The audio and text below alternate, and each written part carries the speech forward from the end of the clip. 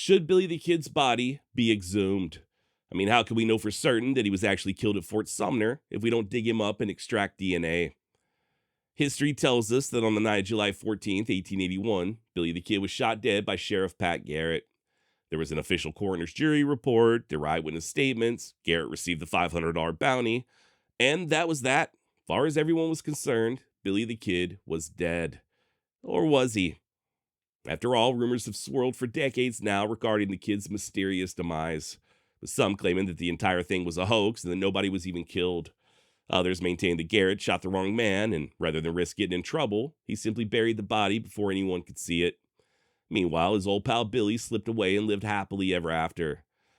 And despite many of these claims having already been thoroughly debunked, there are still a lot of people who think that the only way the case can truly be solved is through DNA. Sort of like when they dug up Jesse James back in the 1990s. Now, I will share my own personal thoughts towards the end of today's episode, but I think the first question I'd ask anyone in favor of exhuming Billy the Kid is why? Why exactly do you have doubts, and what exactly do you find suspicious or mysterious regarding the kid's death? Don't answer just yet. We'll circle back to these questions here in just a few. First, though, I would like to discuss two previous attempts at digging up Billy the Kid, just to sort of put things into perspective. The first time was in 1961, when commissioners from Lincoln County sent a letter to their counterparts in Tobacco County, where Fort Sumner is located, requesting that the kid be reinterred in the town of Lincoln. This sparked a pretty bitter dispute between the two communities. It eventually escalated to a lawsuit, and the judge ultimately ruled against Lincoln. Not because they were afraid of finding out the truth, and not because of some grand conspiracy, nothing like that. In all actuality, they were denied mostly due to it being virtually impossible to pinpoint the exact location of Billy the Kid's grave. Now, I did release an episode on Billy's grave a while back, and long story short, just based on the evidence that we currently have at our disposal, I do personally believe that Billy's most likely buried somewhere in the vicinity of his current headstone. The operative word being vicinity. Keep in mind that he was buried right next to his two compadres, Tom Folliard and Charlie Bowdre. And since we don't know the exact location of Billy's grave, chances are if you start digging, you're just as likely to exhume one of them as you are Billy the Kid. And therein lies the problem. Believe it or not, there are laws governing exhumations, one of which is that you need to gain permission from any surviving next of kin. Now, as far as Billy the Kid goes, he doesn't have any known next of kin, but Charlie Bowdre does, or at least he did back in 1961 when his family refused to grant permission, stating in part that they would, quote, prefer to let well enough alone. By the way, big shout out to historian David G. Thomas and his book Billy the Kid's Grave. If you've got any additional questions about the fight between Lincoln and Fort Sumner, or even the Fort Sumner Cemetery in general, and you like to see sources, this is definitely the book for you. I'll drop a link down below for anyone interested in checking it out. Okay, so the second attempt at exhuming Billy came in 2003 when the case was reopened by Lincoln County Sheriff Tom Sullivan, along with then Mayor of Capitan and Volunteer Reserve Deputy Steve Sederwall and Tobacco County Sheriff Gary Graves. This was a bit different than the previous attempt, as this time it was considered to be an official investigation. Story goes that Sheriff Sullivan was inspired after visiting the town of Hico, Texas, and learning about a little someone known as Brushy Bill Roberts. Now, just on the off chance that you're not familiar with Brushy Bill Roberts, well, first of all, hi, my name's Josh. Welcome to the Wild West Extravaganza. But Roberts is just one of the many people throughout the years who've come forward claiming to be Billy the Kid. Sounds kind of crazy, but he really is one of the more successful claimants. Even to this day, there are a ton of people who are absolutely convinced that he and Billy were one and the same. And yeah, from what I understand, Sheriff Sullivan's initial motivation was to disprove Brushy's claims. Per an article from True West magazine by historian Paul Hutton, titled Dreamscape Desperado, quote, 3 New Mexico lawmen, sick of Pat Garrett's good name being dragged through the dirt, initiated an investigation into the kid's death and burial in the spring of 2003. Sheriff Tom Sullivan of Lincoln County and his deputy, Sheriff Steve Sederwall, along with Tobacco County Sheriff Gary Graves, were determined to prove that Brushy Bill Roberts of Hico, Texas, was not Billy the Kid. End of quote. Now, it's worth noting that they also had the backing of then-Governor Bill Richardson. Matter of fact, Richardson even teased the idea of issuing Billy a pardon like he was originally promised back in 1879. Governor Richardson, by the way, is also featured heavily in the Epstein files, along with the majority of our current administration, but that's neither here nor there. The main reason I bring up Richardson is due to the very widespread misconception that it's the state of New Mexico who keeps refusing access to Billy's grave. I guess the idea being that if it was ever proven he wasn't actually buried at Fort Sumner, the state would lose out on a good deal of money from tourism. So, in order to protect their money, they won't allow anyone to dig up the kid. Well, as it turns out, that's just not the case, as evidenced by the literal head of the state government putting his full support behind the effort. Hell, Richardson even held a press conference in June of 2003, stating as much. Now, that said, and Governor Richardson's support notwithstanding, the courts would once again rule against exhumation, this time with prejudice. In other words, Sheriff Sullivan couldn't just simply file another request later on down the line. And they were denied for pretty much the same reason as the previous attempt in 1961. At the end of the day, there is just no realistic path to digging up Billy the Kid, or his mother Catherine for that matter, which they were also planning on doing, without disturbing the remains of a whole lot of other people. And then, of course, there's the very real possibility that even if they did manage to dig up the right body, the DNA would no longer be viable.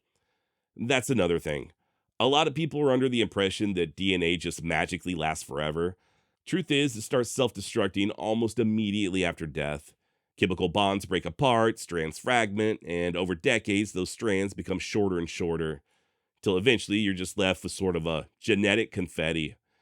Now, there are cases where viable DNA was found in very old remains. I'm talking like thousands of years old, but that only happens under ideal circumstances. Areas that are either extremely dry or extremely cold and stable. In fact, stability is one of, if not the, key ingredients. That's why all that old DNA is found in places like Greenland or the Andes, and sometimes even anaerobic peat bogs. Billy the Kid, on the other hand, was buried in New Mexico, which at first glance, you'd think that a dry, high desert environment would also be ideal. But remember what I said about stability being key. When you have seasonal rains, followed by long, dry spells, hot days, cold nights, and a soil rich in salt minerals, all of these play a role in drastically degrading DNA. So not only can we not exhume the kid without disturbing the graves of others, but chances are, even if we were to locate him, not enough viable DNA would remain to draw any definitive conclusions. And this, in a nutshell, is why the courts have failed to grant permission. Once again, it has nothing to do with any grand conspiracies or fear of losing out on tourism money. Now, there was a lot more involved with that last attempt. From what I understand, it was just bonkers from the get-go. There were death threats, lawsuits. I think I read something about someone's pet horse being killed. And apparently some of the people involved were later accused of grave robbing over in Arizona. I'll leave it up to you if you'd like to learn more. There's a couple of really great articles on True West Magazine that I'll link to. But the main reason I want to bring all of this up is just due to the sheer amount of emails and comments I get almost on a daily basis saying that the only way we can know for certain if Garrett killed Billy the Kid is to dig him up and test for DNA. Just dig him up. Well, unfortunately, as we've just seen, it's not quite that easy, even with the full backing of the governor. Okay, so now that we know all about the two previous attempts and the science behind the DNA, let's go ahead and circle back to those questions I posed at the very beginning. Why exactly do you have doubts that Billy was killed at Fort Sumner? And what exactly do you find suspicious or mysterious about the kid's death? I mean, if there weren't any doubts, then we would no longer have a reason to dig him up, right? So obviously, there are some pretty significant questions. But do these questions warrant disturbing the dead? Well, for what it's worth, it's my opinion that almost all of the mystery surrounding Billy's death is much ado about nothing. It's either almost always based on provably false information or anecdotal stories. And look, man, I've spoken with a lot of skeptics throughout the years, but as of this recording, God's honest truth, I have yet to hear one single shred of evidence showing that Garrett killed the wrong man or that Billy somehow escaped. When I ask people why they believe this to be the case, they'll offer up hypotheticals like, why would Garrett kill his best friend? Or, well, I just think Billy the Kid was too smart to let someone like Pat Garrett get the slip on him. Others just point to anecdotal stories, stuff like, my great-grandmother's cousin's chiropractor was next-door neighbors to Pat Garrett's sister's mailman, and according to her, Garrett killed the wrong man. For the most part, though, people are just simply misinformed. And that's at no fault of their own. We can only know what we know, right? Not everyone has the time or even the inclination to read all of the books or study the primary sources. They hear stories that are shared on the internet, oftentimes in a very confident manner, and they just naturally assume that the stories are true. We are all guilty of this, by the way. Maybe not when it comes to Billy the Kid, but at some point, we all place a certain amount of trust in people that we believe to be experts. Now, that said, if you don't mind, I would like to share a great example of what I'm talking about when I say misinformation. And just bear with me, I promise this is all intertwined with exhumation. Okay, so what you're about to hear is an email from a listener who, for privacy's sake, we'll refer to as Chuck. And this is very similar to the types of messages I receive on a very regular basis, so I do think it's worth discussing. And hopefully, along the way, we'll dispel a few of these myths. Okay, so listener Chuck wrote in with the following quote, "Without Brushy Bill in the mix, is there no way you can see that Billy the Kid could have lived? I mean, New Mexico refused Garrett's bounty, and for 3 or 4 years afterwards, they kept issuing arrest warrants for him. The 2 or 3 men who he had with him didn't know who Billy the Kid was or what he looked like. Or how about that article, from which paper I forget, which described Billy 2 different ways, white and then browned, because he was pretending to be a Mexican when he was shot. And how about that shooting? No autopsy, buried in a real hurry. I mean, circumstantially, if you told me about this take in modern times, I would say something was fishy, and it weren't no fish. So maybe Brushy was full of it, but that's no reason to discount the whole story. Personally, I'm under the impression Pat was out to get paid. He shot a Mexican and then buried his ass and tried to get the bounty." Chuck then goes on to share a link to a YouTube video titled "The Real Billy the Kid," aka Brushy Bill Roberts in his own words, "The Shooting at Fort Sumner." Now, full disclosure, I did not watch the entire video. It's over an hour and a half long, but thankfully Chuck did include a couple of timestamps. The first features an article published in the Silver City newspaper shortly after Billy the Kid's death, describing how he had, quote, "allowed his beard to grow and had stained his skin brown to look like a Mexican."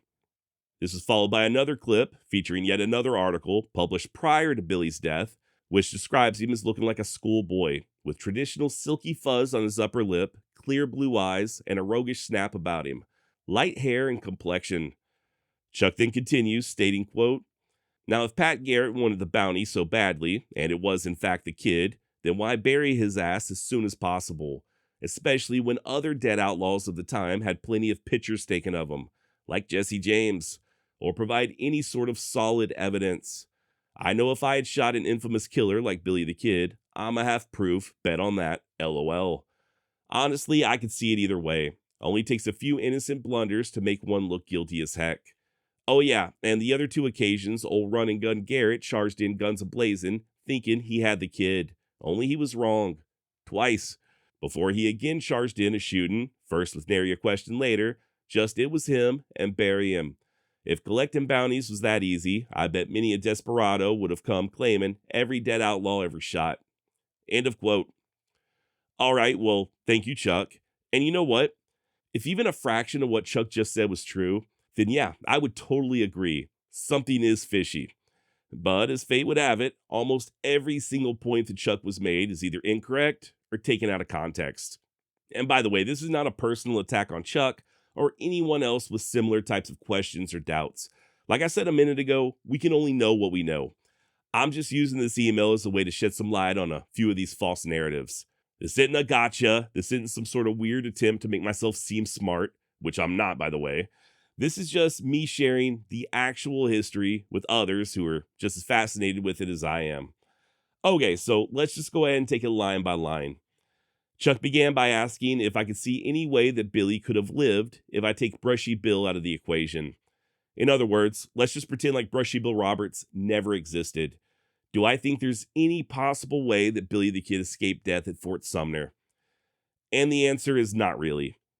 I don't dismiss rumors concerning Billy's death because I don't like Brushy Bill Roberts. I dismiss the rumors because there's no evidence to back them up. And don't worry, we will talk more about evidence. Look, I wish Billy the Kid had escaped and lived to be an old man. I wish Young Guns 2 was a documentary. But I'm not going to start espousing false history based on my own childhood obsession with Young Guns. At the end of the day, I'm a fan of history, I love history, and I just want to know what happened. That's it. Okay, so next Chuck states that the territory of New Mexico refused to pay Garrett the $500 bounty that the former governor, Lew Wallace, had offered up for the kid. And this is simply not true. I've discussed this more in depth on previous episodes, but Pat Garrett absolutely did receive the $500 bounty. This is irrefutable. In fact, you can even read the official legislative act which approved the payment with your own two eyes. The original can be located in Santa Fe, but if you contact the Commission of Public Records there in New Mexico, they should be able to scan you a copy. Just tell them you're looking for Chapter 101 in a book titled 1882 Acts of the Legislative Assembly of the Territory of New Mexico, 25th Session. So right off the bat, myth busted. Not only was Garrett given the bounty, but he also received additional money from grateful citizens. Hell, before it was all said and done, I think he walked away with something like $7,000. Okay, so next we have Chuck pointing out that there were arrest warrants issued for Billy the Kid, even after his alleged death. Now, I'm going to be honest with you here. I've heard this claim quite a bit, but I've yet to see anything in the way of actual documentation to back it up. One thing you got to keep in mind is that Billy was and is a very common name. And in the Old West in particular, there were a ton of outlaws known as some variation of the Kid. And yes, that includes multiple Billy the Kids. In fact, my buddy James Townsend, shout out to Forever West on YouTube, has thus far identified 27 other Billy the Kids who were operating just between the years 1882 and 1883. 27. One of the most famous whom was Billy the Kid Claiborne, veteran of the gunfight at the OK Corral.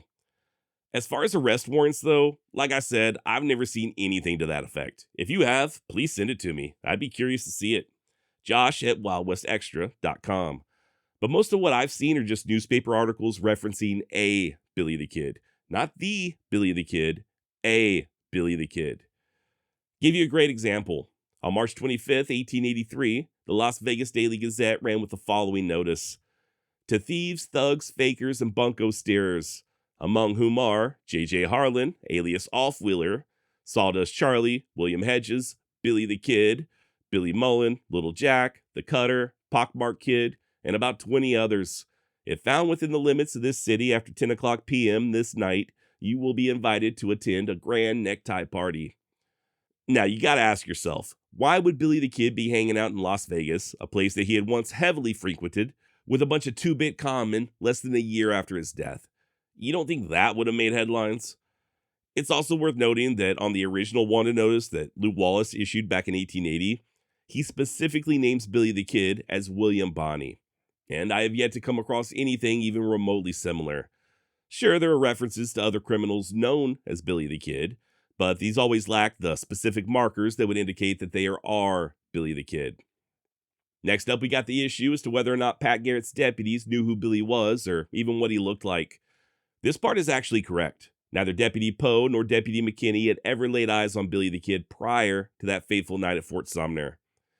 This does get brought up from time to time, and I guess the insinuation is that if they didn't know what Billy the Kid looked like, then how could they possibly have known whether or not Garrett actually shot the right person? And you know what? I'm actually totally fine with that. I don't personally believe that the deputies' accounts are unreliable, but I do think we can take them and Garrett completely out of the equation, and there is still overwhelming evidence showing that Billy was killed at Fort Sumner. And that evidence comes in the form of many other eyewitnesses, people who personally knew Billy the Kid and saw his body prior to burial. And let's face it, two of the most common misconceptions concerning Billy's death is that the only source of information we have is Pat Garrett and his deputies, and that Garrett buried the body before anyone could see it, neither of which is true. Matter of fact, as of this recording, historians have identified over 40 people by name who viewed Billy's corpse prior to burial. And that's just the people whose names we know. We'll discuss these eyewitnesses more here in a few minutes. But in all actuality, Billy's body was handed over to the residents of Fort Sumner, at which point they held a public wake. A wake that, according to at least one of the eyewitnesses, was attended by, quote, a large number of Billy's friends. Like I said, more on that in just a moment, but first let's go ahead and address Chuck's concerns about the reports of Billy trying to grow a beard or stain his skin. So this was actually printed in a few different papers following Billy's death. There's that one from Silver City, I believe another paper either out of Las Vegas or Santa Fe, can't remember, as well as yet another up in Colorado. But I don't think this is the smoking gun that a lot of people make it out to be. I do get it though. If the papers were describing the dead person as having a beard and dark skin, but other sources show that Billy was a white boy with blue eyes and peach fuzz, well, then by golly, that must mean that Pat Garrett shot the wrong person. Or, hear me out, maybe the papers just printed some bad information, as newspapers have been known to do, even nowadays. And then, of course, there's option number 3. Maybe Billy really was trying to disguise himself, on account of being a wanted fugitive. If that's the case, he certainly wouldn't be the only criminal who tried to alter his appearance. Now, here's where things get interesting. Turns out these rumors were already circulating before Billy was killed. And we know this based on the June 15th, 1881 edition of the Las Vegas Gazette, which stated that Billy was, quote, on the lookout for old enemies with whom he intends to right old scores. He has disguised himself as a Mexican boy by making a lavish use of paint, end of quote. So why is this important? Well, Billy was either killed shortly before midnight on July 14th or very early on the morning of July 15th, the same exact morning that this particular article happened to be published. It would have been physically impossible for anyone in Las Vegas to know that Billy was dead. Matter of fact, just from what little I know about 19th century newspapers, the type for that article was almost certainly set when Billy was still alive. Wasn't until the following day, July 16th, that news finally broke concerning his death. And the reason I point this out is because a lot of people just assume that the stories of Billy having a beard or darkening his skin originated at his death at Fort Sumner. Somebody saw the body and told the newspapers that the dead man resembled a Mexican. But we now know that's not true, as there were already rumors of Billy disguising himself prior to being killed. Also, not a single person who was at Fort Sumner on the night in question ever said anything about Billy altering his appearance, and they certainly didn't say anything about Pat Garrett killing the wrong person. The only place these rumors can be found are in less than a handful of unsourced articles. And I just want to be really clear here. I'm not saying that Billy the Kid didn't try to disguise himself, but the idea that the body was verified to have had a beard and dark skin is simply untrue. I'll say it again, not a single eyewitness ever so much as whispered anything about Billy altering his appearance.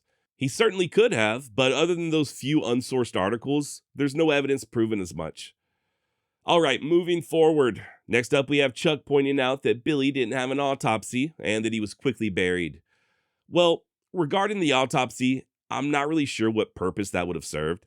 I mean, the only reason to have an autopsy is to determine the cause of death. And in this particular case, the cause of death was pretty obvious. Dude was literally shot in the chest. Even nowadays, the vast majority of people do not receive autopsies. So the theory that there was no autopsy performed, therefore he must not have been killed, really doesn't hold water. Brushy Bill Roberts did not have an autopsy. Hell, when Billy the Kid killed deputies Ollinger and Bell when he escaped Lincoln, they also did not have autopsies. You know what they did have? Coroner's juries, just like Billy the Kid. As far as the quick burial is concerned, I'd actually be curious to know when exactly you think he was buried. And the only reason I ask is due to this very popular misconception that Garrett and his deputies buried Billy in the dark of the night before anyone could get a good look at the body. And as I've already touched on, that is patently and provably false. And we know it's false based on those eyewitnesses I mentioned a few minutes ago. P. Maxwell did not live alone. He lived in a huge house with his mother, his sister, Delvina Maxwell, and several other family members. And you better believe they all came to investigate as soon as they heard those gunshots. And they certainly weren't alone. Many of Billy's friends also ran to investigate. Guys like Frank Lobato. According to Frank, he and Jesus Silva heard the gunshots and, quote, went over immediately. We found a great deal of excitement. Pat Garrett and 2 other men, whom I did not know, were standing outside of the house, rifles in hand, and ready to shoot. Pete Maxwell and the household were standing at the door of Pete's bedroom. Someone had been shot in the bedroom, and we were told it was the kid. Jesus Silva and Delvina Maxwell, the old Navajo woman, went in to see who it was. Delvina came out sobbing, "My little boy is dead." We took the kid's body over to the carpenter's shop, laid him out on a bench, and held a wake over him. Billy had been very popular at Fort Sumner and had a great many friends, all of whom were indignant toward Pat Garrett. If a leader had been present, Garrett and his 2 officers would have received the same fate they had dealt Billy. The next day, I went to the graveyard and saw Billy's burial. Jesus Silva and Vicente Otero dug the grave. End of quote. Speaking of Vicente Otero, he shared a very similar story when he stated the following, quote, I was at Fort Sumner the night Billy the Kid was killed. I went to the carpenter shop and stood at the wake all that night. Jesus Silva made a wooden box which served as a coffin for the kid. The next day, Silva and I dug the grave and buried the body in the old graveyard. End of quote. As for Jesus Silva, he too corroborates the story about the wake, stating, quote, Lobato and I were startled by 2 gunshots coming from the direction of Pete Maxwell's house. We ran over as quickly as we could, finding Pat Garrett and his 2 deputies by the open door of Pete Maxwell's bedroom. Delvina, an old Navajo woman who had always been particularly devoted to the kid, went into the room to find out whom Garrett had shot. I went in with her. There on the floor, we saw Billy, stretched out face down. We turned him over, and when Delvina realized fully it was the kid, she began to cry bitterly, interspersing with her tears the vilest curses she could bestow on the head of Pat Garrett. We asked permission to remove the body, Pete Maxwell suggesting removal to the old carpenter's shop. We laid the body on the carpenter's bench, placed lighted candles around the corpse. News of the killing spread quickly throughout the town and surrounding country, and consequently a large number of Billy's friends were gathered at the wake. Everyone's grief at the kid's death was genuine and sincere. Pat Garrett and his 2 companions were badly frightened and did not dare sleep that night. They remained awake, arms in readiness for any emergency. The next morning after the killing, I measured Billy's body and made a rough box which we used as a coffin. That afternoon, we dug his grave and buried him. I have read reports which say that Billy the Kid is still alive. I know that Pat Garrett killed the kid on the night of June 14th, 1881, in Pete Maxwell's bedroom. I also know with absolute certainty that he was buried in the old graveyard the next day. End of quote, and there you have it. Now, if you're looking for a source on those last few statements, they can be found in the book The Real Billy the Kid by Miguel Otero. Not only did Mr. Otero personally know the kid, but he traveled to Fort Sumner years later and interviewed several of the eyewitnesses, all of whom were adamant that Billy died at the hands of Pat Garrett. And by the way, this is just one of the many places you can find statements from the eyewitnesses. A lot of these people lived a very long time. I'm talking decades after Billy's death. They spoke with journalists, historians, some of them kept journals of their own, others wrote letters and published books, and not a single one of them said anything about Garrett killing the wrong man or Billy escaping. It was also very common back in those days for people to be buried the day after they died. Wild Bill Hickok, for example, was buried the day after he was killed. So was John Wesley Hardin, Doc Holliday, Clay Allison, Dallas Studemeyer. The list goes on and on. So this idea that Garrett just quickly buried the body is just simply not true. Once again, if you have any information to the contrary, I'd love to hear it, but I've yet to run across a single primary source indicating that Garrett stuck the kid in the dirt before anyone could see the body. The only evidence we have in regard to any of this are the eyewitnesses, and not a single one of them say that Garrett buried the body before they could see it. All right, Chuck then states, if you told me about this take in modern times, I'd say something was fishy, and it weren't no fish. Yeah, like I already said, I totally agree. If what you said is true, and Garrett quickly buried the body before anyone could see it, and the authorities refused to pay him because he didn't provide proof, then I also would think that something fishy was going on. But as you can see, it's all very understandable once you take a look at the actual evidence and learn what actually happened, as opposed to all the anecdotal stories and rumors. We know for a fact that Pat Garrett received the bounty. We also know that he did not immediately bury Billy the Kid before anyone could see the body. Not only was there a public wake, but Billy was buried the day after he was killed, which was completely normal in the late 19th century. All that's left are a few unsourced references to Billy possibly trying to disguise his appearance, and a couple of vague wanted notices for people with similar nicknames. That's it, bro. And I don't know about anybody else, but so far, I'm not really seeing anything that would justify digging him up and testing for DNA. Now, Chuck also asked why Billy was buried without having his photograph taken, like Jesse James. So, I've spoken about the photo thing a million times already. I really don't see the point in doing so again, but long story short, there was not a photographer living at Fort Sumner. Simple as that. This is a very tiny community out in the middle of nowhere. Hell, to be honest, I'm not even sure if Fort Sumner had a doctor in 1881, much less a photographer. Now, Jesse James, on the other hand, was killed in St. Joseph, Missouri, which had a population of over 32,000 people. He also had a $10,000 bounty on his head, compared to the just $500 that Lou Wallace offered up for Billy. I know nowadays Billy the Kid and Jesse James are basically neck and neck when it comes to the most famous outlaws of all time, But back in the 1880s, there was no comparison. Jesse James was hands down way more notorious than Billy the Kid. I'm not saying that Billy was unknown, I'm just saying that Jesse was more famous at that time.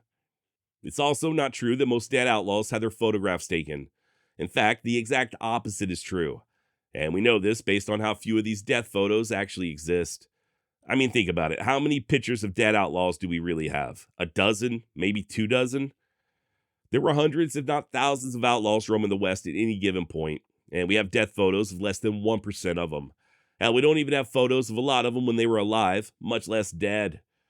So as you can see, we've once again been presented with a false premise that has no actual basis in historical facts. You also got to keep in mind that, according to the eyewitnesses, and even according to Pat Garrett himself, he and his deputies hid out in Pete's room until sunup thinking they were about to be attacked. The last thing these guys wanted to do was incite the crowd by disrespecting the kid's body. Okay, up next we have Chuck saying that if it was him who shot Billy the Kid, then he would have provided some type of solid evidence. Well, Chuck, believe it or not, Garrett actually did provide some pretty solid evidence in the form of that coroner's jury report. This was an official coroner's jury, appointed by a duly elected justice of the peace and comprised of people who knew Billy the Kid. They examined the body, they spoke with Garrett and Pete Maxwell, and their verdict was lodged with the proper authorities over in San Miguel County. They also sent a copy to the territorial government. And then, of course, we got the eyewitnesses, many of whom were also sharing what they had seen with newspapers over in places like Santa Fe and Las Vegas.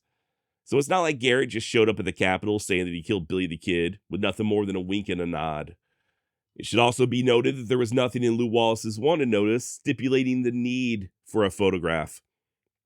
All it asked for was sufficient proof, which Garrett supplied not only with the coroner's jury report, but also the many, many eyewitnesses.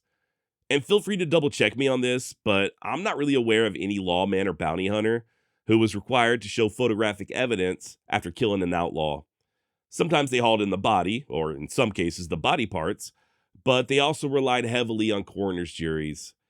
I know we don't really have coroner's juries anymore, but at that time, in rural New Mexico, a coroner's jury report basically held the same weight as a death certificate. They weren't exactly the same, but they were both very official. So yeah, while the coroner's jury may not seem like sufficient proof to us nowadays in 2026, back in 1881, it was deemed sufficient, as evidenced by Garrett literally collecting the $500 bounty. And by the way, you can actually read correspondence between the governor, the acting governor, and the attorney general discussing Garrett's reward money, and there is no indication whatsoever that they had doubts that Billy was dead. Okay, so Chuck's next point revolves around the 2 previous occasions when Garrett appears to have killed the wrong man. Now, I'm pretty sure Chuck's referring to Tom Folliard and Charlie Bowdre, and with Charlie, it really was a case of mistaken identity. He stepped out of the rock house at Stinking Springs, wearing a sombrero of the type that Billy was also known to wear, and was then tragically riddled with bullets. It was a bit different with Folliard, though. When Billy and the gang rode up to Fort Sumner, just a few days after Bowdre's death, Garrett was waiting with the posse, and when the posse hollered for him to throw their hands up, Tom went for his gun and got shot. Far as I'm aware, there is no evidence that Garrett thought he was drawing a bead on the kid.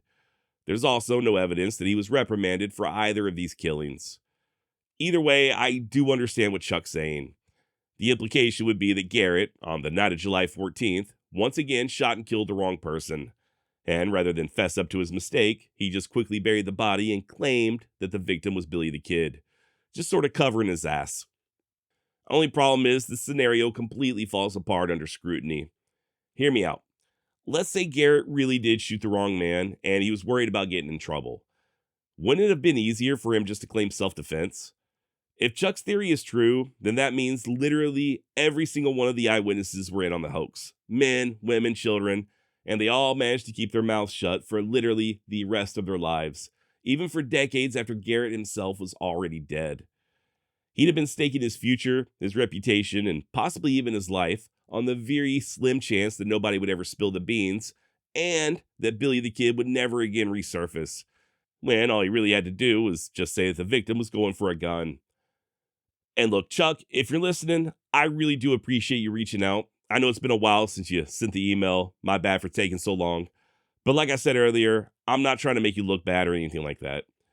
I just thought this would be a great opportunity to shed light on the actual evidence surrounding Billy's death, as opposed to all the unfounded rumors and misconceptions. And look, one thing I really want to make clear, I'm not trying to change anyone's mind. There's a certain small minority of people out there, I sometimes refer to them as the conspiracy theorists, who really aren't interested in things like evidence or primary sources or even Billy the Kid history. What I'm doing is not for them. Jesus Christ himself could come down from heaven and tell them that Pat Garrett killed Billy the Kid, and they still would not believe. What I'm doing is for those of you actually interested in the history, minus all the speculation and opinion and what if type scenarios. And the reason I'm sharing Chuck's email is because I firmly believe that if you're going to start digging up a bunch of dead people, you need to first establish a good enough reason to do so. There has to be something concrete that you can point to and say, this is why I don't think Billy the Kid was shot and killed at Fort Sumner. And as things currently stand, no such reasons have yet been brought to my attention. Now you may be asking yourself, why in the hell should I trust this Josh guy over people who are saying the exact opposite? Or as someone else recently asked me, how do we determine who's telling the truth when there's so much contradictory information? These are very valid questions, and to be honest, there's nothing stopping me from just lying straight to your face. What I'm doing right now, talking into a microphone and then posting it on the internet, this is something literally anyone can do. Just because I'm on Spotify and YouTube doesn't necessarily mean I'm not full of shit. So, that being the case, I thought I'd do something a little different. Rather than ask you to take my word for it, or God forbid, to review the primary sources, I thought we'd go ahead and let a few of the experts weigh in, see what they have to say.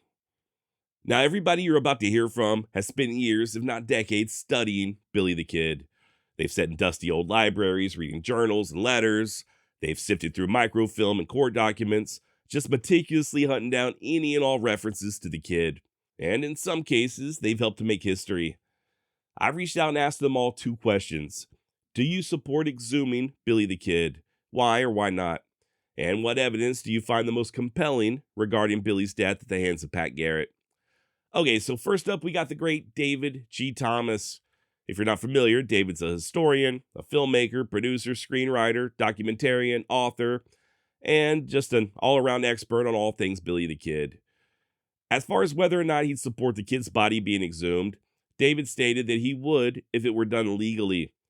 As to why he believes that Garrett killed Billy the Kid, David responded, quote, researchers have approached the question, was Billy the Kid really killed at Fort Sumner, from many different angles, but perhaps the most convincing is the approach that my good friend Dr. Robert Stahl took. Sadly, he died a few years ago before he could publish his book on Billy. He decided to name everyone he could identify from a primary source who was in Fort Sumner the night Billy was killed or the day of his funeral. Here is the list with several additions and notes by me.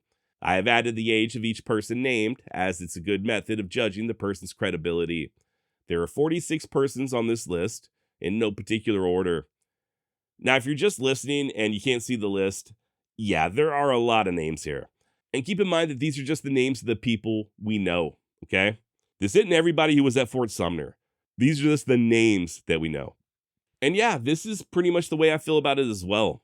Forget about the coroner's jury, forget about Pat Garrett, forget about his two deputies, throw all of that out the window, and you're still left with a lot of eyewitnesses. This is not conjecture or hearsay. These are corroborated eyewitness accounts from people who were literally there and saw Billy's dead body with their own two eyes. I want to say this next part as plainly as possible. Once again, we are not relying on the word of Pat Garrett. I hear this all the time, and a lot of people really do think that Garrett's book, The Authentic Life of Billy the Kid, is the only source we have on Billy's death, and nothing could be further from the truth. By the way, if you'd like to learn more about Dr. Stahl or that list of eyewitnesses, Mr. Thomas does have it listed on his website. Excellent website, by the way, doc45.com. That's doc45.com. I'll also drop a link down below to the PDF from Dr. Stahl. Okay, next up, we got my buddy James Townsend. You may know James from his YouTube channel, Forever West, but he's also contributed heavily to another channel, Chasing Billy, as well as True West Magazine and the Tombstone Epitaph. And in addition to all that, he also recently published a book of his own titled A Most Noted Man, a Secret Service Agent in the Land of Billy the Kid. I'm going to venture to say that James probably knows more about Billy the Kid than 99.9999% of the population. And James's response to my questions are as follows. Short answer, no, I do not support exhumation. Long answer, as someone who is absurdly obsessed with Billy the Kid and the surrounding history, the selfish pursuer of knowledge within me does indeed 100% support exhumation. That part of me says, let's get all the answers, and maybe answers to questions we didn't even ask, and let's put it all to bed once and for all. But the more human side of me opposes exhumation. In the grand scheme of things, outside of this historical community that may cap out at 10,000 people, nobody cares. I think it is more important to respect the dead and leave things where they lay, literally. For anyone who really looks into it, it's my opinion that the question is pretty much settled. I think we can say with confidence that Billy the Kid died that night. And if we dig him up, there's no one to compare him to. It would settle nothing. They dug up Jesse James and even compared his DNA with known relatives and confirmed a match, and people still dispute the findings and methods. Those who want conspiracies will have them. So at the end of the day, you dig Billy up, and what? His DNA matches a bunch of McCartys or Bonnies on Ancestry. All that shows is that he was related to the McCartys. What would show that those remains were 100% Billy the Kid? Someone would fabricate a news story about another McCarty boy being shot in Billy's place. The madness never ends. Those who respect evidence and reasoning, in my opinion, already know the truth. And those who want the conspiracy to continue will never let the issue be put to bed anyway. End of quote, and well said, James. Thank you. And that's the thing, man, with these conspiracy theorists. They're always moving the goalpost. They'll throw out a lot of the false claims that we've already discussed, like Billy being buried before anyone can see the body. And when you show them all the overwhelming evidence to the contrary, they'll just move on to the next goalpost. But what about this? But what about this? And none of your answers will ever be good enough. Okay, so next up, we got one of my own personal favorites, historian Mark Lee Gardner. In addition to putting up with my endless emails and writing books about Billy the Kid, Mr. Gardner has also tackled everyone from Jesse James to Sitting Bull, Teddy Roosevelt, and most recently, Doc Holliday and Wyatt Earp. And on top of all that, he's also a pretty good musician. And this is what he had to say in regard to exhuming Billy the Kid. Quote, I understand why many history enthusiasts embrace the idea that Billy somehow escaped death at the hands of Pat Garrett. Shot in the dark with the unanswered question on his lips, KNS is definitely not how they want to see the young, charismatic outlaw meet his end. But the reality is that the kid's death at Fort Sumner is extremely well documented. And as far as an exhumation for DNA testing, a serious effort was made several years ago that was highly controversial and never got off the ground. No New Mexico official, from the governor on down, wants to see that circus again, so there's zero chance of that happening today. But let's say there was an exhumation and good DNA was obtained. It very likely wouldn't settle anything. Those who firmly believe Billy survived that fateful night would refuse to accept any results to the contrary. That very thing happened with the Jesse James exhumation in 1995, with conspiracy theorists arguing to this day about the methodology and the findings. And it was all completely unnecessary. Along with Abraham Lincoln, the assassination of Jesse James is one of the best documented deaths of the 19th century. Sorry, but sometimes history gets it right, as much as we might not like it. End of quote, and yeah, apparently Mr. Gardner and James Townsend drawing some very similar conclusions. And finally, last but certainly not least, I reached out to historian and author Roy Young. You may know Roy from the Wild West History Association, or his excellent book Chasing Billy the Kid, Frank Stewart and the Untold Story of the Manhunt for William H. Bonney. I asked Mr. Young the same questions as everyone else regarding a possible exhumation and the evidence surrounding Billy's death. And he responded, quote, I do not support exhumation of Billy's remains for two reasons. A, we can't be sure which body is his, though we could get close to one among three. B, there is no DNA to compare his to, and the powers that be in Silver City are not going to allow exhumation of Catherine's grave. Additionally, his brother Joe was cremated, and the identities and remains of two possible sisters are unknown. So that totals all possible individuals for comparison of DNA. Finally, on this question, why? What possible purpose would this serve? What questions would it answer? Emphatically, there is no purpose and there are no answers. The most compelling evidence that Billy was actually killed by Pat Garrett, among a number of compelling bits of evidence, is the large number of people involved in the events immediately following his death. Over 100 people, friends and acquaintances, and others who saw his dead body. Those who attended his body and dressed his body all recognized it as being their Billy. Those who prepared his grave, moved him to the grave, helped bury him, were all united in believing that the body they buried was Billy. If there was a conspiracy, 100 plus people could not keep it a secret, and word would have gone out within hours that Garrett killed the wrong man. Only a misinterpreted statement by John Poe gives any inkling of another man being killed, and Poe had never laid eyes on Billy Bonney.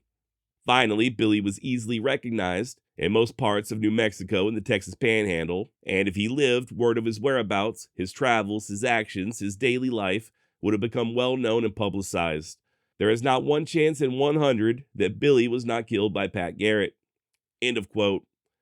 Now, none of this is surprising, right? This is the same stuff you've heard me say on multiple occasions. I just thought maybe it would hit different if you heard from the experts as opposed to my uneducated ass. Now, me personally, I'm not necessarily opposed to digging up Billy's remains, but I do agree with everyone else that it's essentially pointless, especially considering that literally all of the evidence shows he was killed at Fort Sumner. That said, I do think it would be interesting. Sort of like what James Townsend said, as far as answering any lingering questions. I'd actually be curious to see if they could determine whether Billy was really shot in the chest, or if he has sustained previous gunshot wounds. I also think it would be cool to discover more about his lineage through DNA. Who knows, maybe there's some Billy bastards running around that don't know they come from one of the most famous outlaws of all time. But if all you're looking to do is prove or disprove his death at the hands of Pat Garrett, it's already settled. I know it sucks. I know it's not as fun as him living to be an old man. But sometimes history does not have happy endings. Sometimes the good die young, and justice isn't always served. Now, I will close things out with a little bit of hope for all you doubters. The study of history is very fluid. There's always going to be new discoveries to be made, and with each new discovery, we're able to come to a greater understanding of what occurred in the past. I firmly believe that Billy the Kid's story has yet to be told in full. I'd wager there's some evidence out there that nobody's even ever seen. Letters in an old cigar box or some long-lost journals hiding in somebody's attic. And when these lost pieces of evidence are discovered, who knows? Maybe we'll all change our minds when it comes to Billy the Kid. And I think I speak for everybody who contributed to today's episode when I say that we welcome such discoveries. It's not that we want Billy the Kid to have died at Fort Sumner. It's just that we're looking for the truth. That's it. Nothing more, nothing less. We just really want to know what happened. And I guess that's about all I've got on the exhumation of Billy the Kid. Before you go, just one final thing, and we'll go ahead and close things out. I'm sure most of you have already heard, but the great Robert Duvall is no longer with us. You know me, I'm a big fan of Lonesome Dove, and what he did with Augustus McCrae, the way he just brought him to life and completely and totally embodied that character, there's never been anything like it, and I doubt we'll ever see anything like it ever again. And I'm also a fan of his other work, everything from The Godfather to Apocalypse Now, Secondhand Lions, Open Range. We have truly lost one of the greatest of all time, and I really don't know what else to say, other than thank you for all you've given us, and here's to the sunny slopes of long ago.